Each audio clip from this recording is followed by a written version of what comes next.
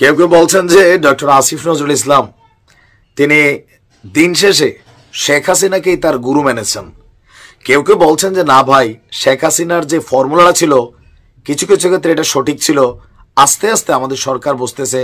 আবার কেউ কেউ বলছেন যে না, ফর্মুলাটার অনেকাংশই ভেজাইল্লা ছিল, কিছু অংশ সঠিক ছিল, টোটাল ফর্মুলাটা সঠিক ছিল না, কারণ রাজনৈতিক উদ্দেশ্যে অনেক ঘটনা ঘটে যেত। যাই হোক, কেন হঠাৎ করে এই আলোচনাটা আমরা করছি? দেশের আইন শৃঙ্খলা পরিস্থিতিকে কন্ট্রোল করার জন্য সরকার এক নতুন ভূমিকা যাচ্ছে।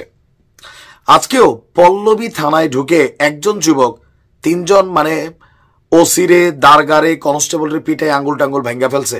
যদিও পরে 4 জন গ্রেপ্তার হয়েছে, কিন্তু এই পরিস্থিতিকে কন্ট্রোল করতে গেলে পুলিশের এই যে মানবিক পুলিশ, এইটা ভাই বাঙালি জাতির সাথে যায় না। কারণ জাতি হিসাবে আমি আপনি বড়ই উচ্ছৃঙ্খল, চরম বেয়াদব টাইপেরই। কিন্তু বাঙালির ডান্ডা মাইরা ঠান্ডা হওয়া জাতি, মিষ্টি কথা দিয়া এই দেশে আপনি কাজ আদায় করবেন, আইন শৃঙ্খলা পরিস্থিতি ব্যালেন্স করবেন, বাংলাদেশে এটা সম্ভব না।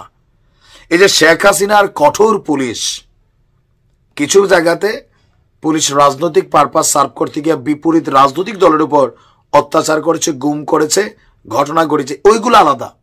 কিন্তু এর বাইরে মাঠের যে কন্ট্রোলিং, ওই যে কড়া পুলিশ, কঠোর পুলিশ, এইটার অভাব আজকে জাতি ফিল করছে।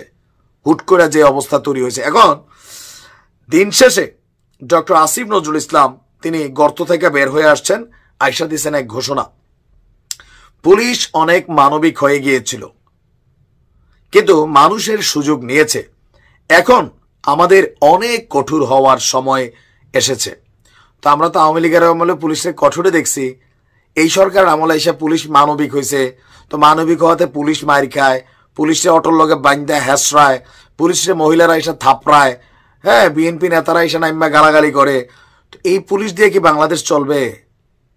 পুলিশ বেশি ভালো হইলে কি হয়, জাস্ট এটা কয়েকটা মাস আমরা ট্রেইলার দেখছি। ইভেন সরকারও বিষয়টা অনুধাবন করেছে। আর নারীদের ইস্যুতে আসিফ নজরুল বলছেন যে নারীরা এখন নিরাপত্তাহীনতায় ভুগছে। কেন? আপনি তো দায়িত্বে এখন, তাই না?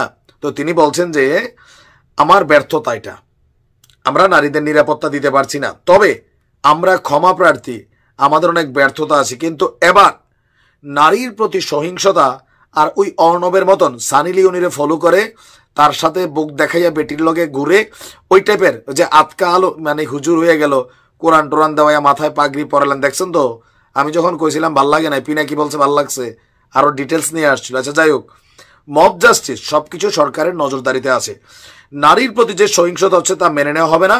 এই সরকার সব ধরনের প্রশাসনিক ব্যবস্থা নিতে বদ্ধপরিকর এবং কঠোর রূপে আইন শৃঙ্খলা পরিস্থিতিকে ব্যালেন্স করার জন্য পুলিশ সামনে থেকে কাজ শুরু করবে।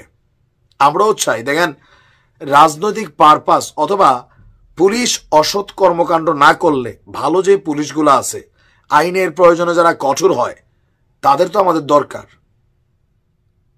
এটা দরকার। আর পুলিশ কোনো জায়গায় কঠোর হলে এখন নতুন একটা খেলা, ওই পুলিশ লীগ, শেখ হাসিনার পুলিশ লীগ, থাপড়ায় দাঁত ফলাই দিতে হবে। আমাদের পুলিশ ভাইদেরকে এই অথরিটিটা দিতে হবে।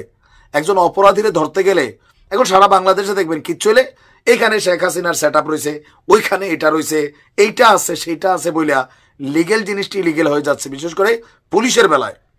আর আসিফ নজরুল ইসলাম তিনি নিজেও বলছিলেন 80% পুলিশ আওয়ামী লীগের।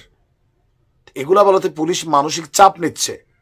পুলিশ নীরব থাকলে আমরা মারা খামু, সরব থাকলে জাতি নিরাপত্তা পাবে। তবে হ্যাঁ, পুলিশের মধ্যে যারা অসুধ পায়, দুর্নীতি, মানুষকে ফাঁসানোর চেষ্টা করে, এরকম পুলিশ যারা আছে এদের বিচার করতে হবে যদি কোথাও এরকম ধরা খায়। তবে আমরাও চাই পুলিশ রাষ্ট্রের প্রয়োজনে সর্বোচ্চ কঠোর হবে। ভালো থাকুন।